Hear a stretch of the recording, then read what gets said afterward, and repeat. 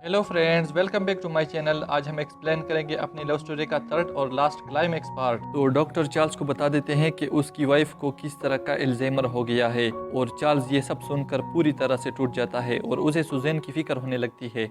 इसके बाद next scene में दिखाते हैं कि सुजैन घर से बाहर गई हुई होती है और तभी उसकी तबीयत कुछ खराब होने लगती है।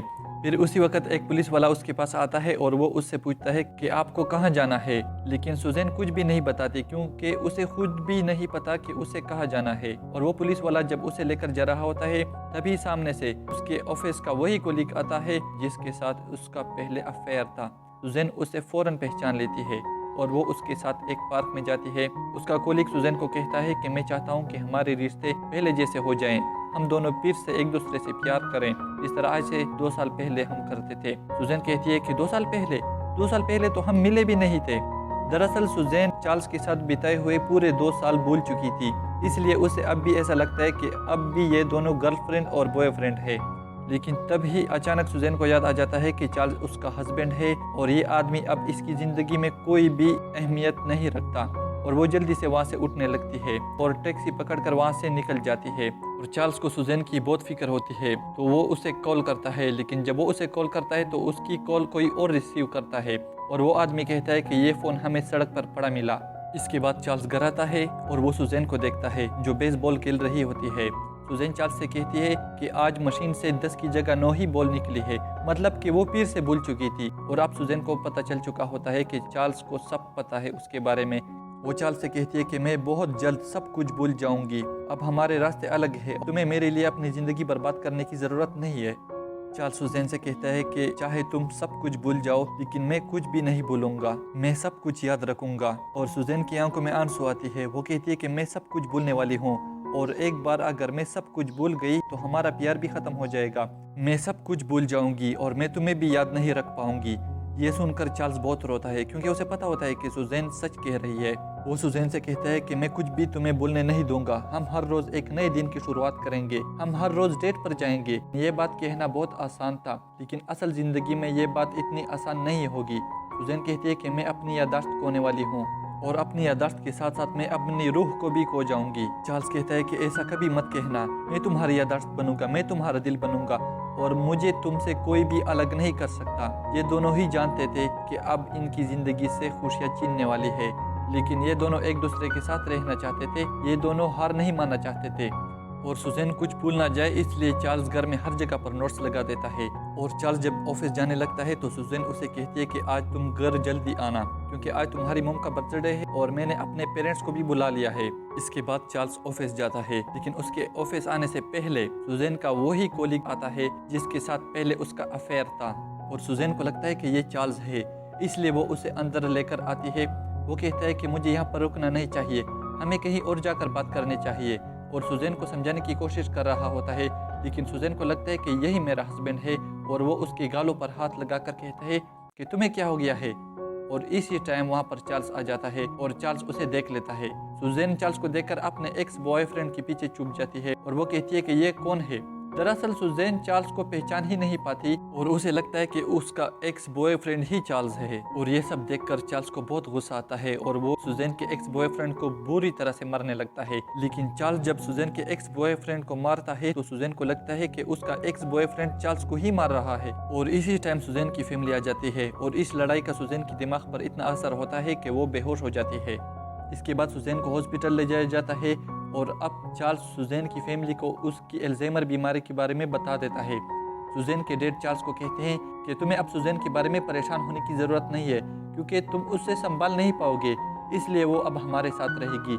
लेकिन चार्ल्स सुजैन के डैड से कहता है कि वो मेरी वाइफ है और मैं उसे छोड़ नहीं सकता। तभी वहाँ पर सुजैन आ जाती है और वो सबको एक जगह पर बैठा हुआ देखकर कहती है कि यहाँ पर क्या चल रहा है। और ये कहते कहते वो टॉयलेट कर देते हैं क्योंकि उसे अब अपनी बॉडी पर भी कंट्रोल नहीं रहा। फिर चार्ल्स अपनी शर्ट उतारता है और उससे सुजैन के पैरों को साफ करता है। इसके बाद चार्ल्स सुजैन को घर ले आता है और उसके लिए वो लकड़ी के इस घर का मॉडल बनाता है जिस घर का सपना उन दोनों ने देखा था, जिस घर का उसने सुजैन से वादा किया था। सुजैन उस मॉडल को देखकर बहुत खुश होती है और सुजैन चार्ल्स को दिन में कई बार आई लव यू भी कहती है, लेकिन वो उससे अब चार्ल्स के नाम से नहीं बल्कि अपने एक्स बॉयफ्रेंड के नाम से बुलाती है, क्योंकि उसकी हाल की यादें खत्म होने लगती है, लेकिन उसकी पास्ट की याददाश्त का बहुत कुछ उसे याद रहता है और इस बात से चार्ल्स को बहुत दुख होता है। और एक बार चार्ल्स जब घर पर नहीं होता तो सुजैन को एहसास होता है कि उसकी वजह से चार्ल्स की पूरी जिंदगी खराब हो चुकी है। उसे लगता है कि चार्ल्स के साथ जो कुछ उसकी वजह से हो रहा है वो नहीं होना चाहिए, इसलिए वो चार्ल्स के लिए एक खत लिखती है। सुजैन लेटर में चार्ल्स को लिखती है कि मैं तुम्हें रोता हुए नहीं देख सकती, चाहे मैं पूरी तरह से तुम्हें भूल जाऊं, लेकिन फिर भी तुम हमेशा मेरी ज़िंदगी का हिस्सा रहोगे। मैं तुम्हें कभी भी भूलना नहीं चाहती, लेकिन मैं क्या करूं, मैं अपने माइंड को कंट्रोल नहीं कर सकती। मैं तुमसे बहुत प्यार करती हूं, लेकिन मुझे माफ़ कर देना। और ये लेटर लिखने के बाद वो घर छोड़कर चली जाती है।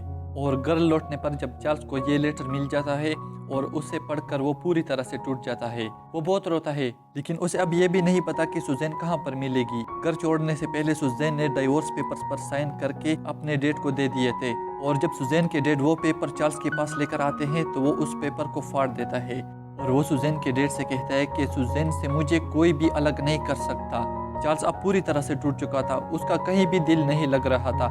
सुजैन को फिर से पाना चाहता था, लेकिन उसे कुछ भी पता नहीं कि सुजैन कहाँ पर है। पुलिस स्टेशन में जाकर सुजैन की मिसिंग की रिपोर्ट भी लिखवाता है, और एक दिन जब वो लेटर बॉक्स चेक करता है तो उसमें बहुत सारे खत लिखे होते हैं, और उसमें एक लेटर सुजैन का भी होता है जो चार्ल्स के लिए आया होता है, और उसमें लिखा होता है कि आज मुझे तुम्हारी याद आ गई, इसलिए मैं तुम्हें ये खत लिख रही हूँ। मैं तुमसे बहुत प्यार करती हूँ और तुम एक बहुत अच्छे हस्बैंड थे।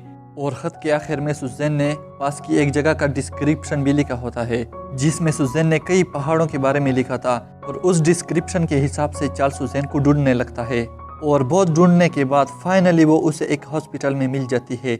वहाँ पर नर्स चार्ल्स को बताती है कि सुजैन कभी कभी अपने कपड़े भी ठीक तरह से नहीं पहन पाती। वहाँ पर एक फ़ोटो भी होती है जो सुजैन की और चार्ल्स की होती है। वो उसे बताती है कि उसने सारी फ़ोटोज़ फाड़ दी सिवाय उस एक फ़ोटो के। और जब चार्ल्स बालकनी में जाता है तो वो देखता है कि वहाँ पर सुजैन बैठी हुई होती है। सुजैन भी चार्ल्स को देखती है और उसके हाथ से इसकी स्केच की बुक गिर जाती है।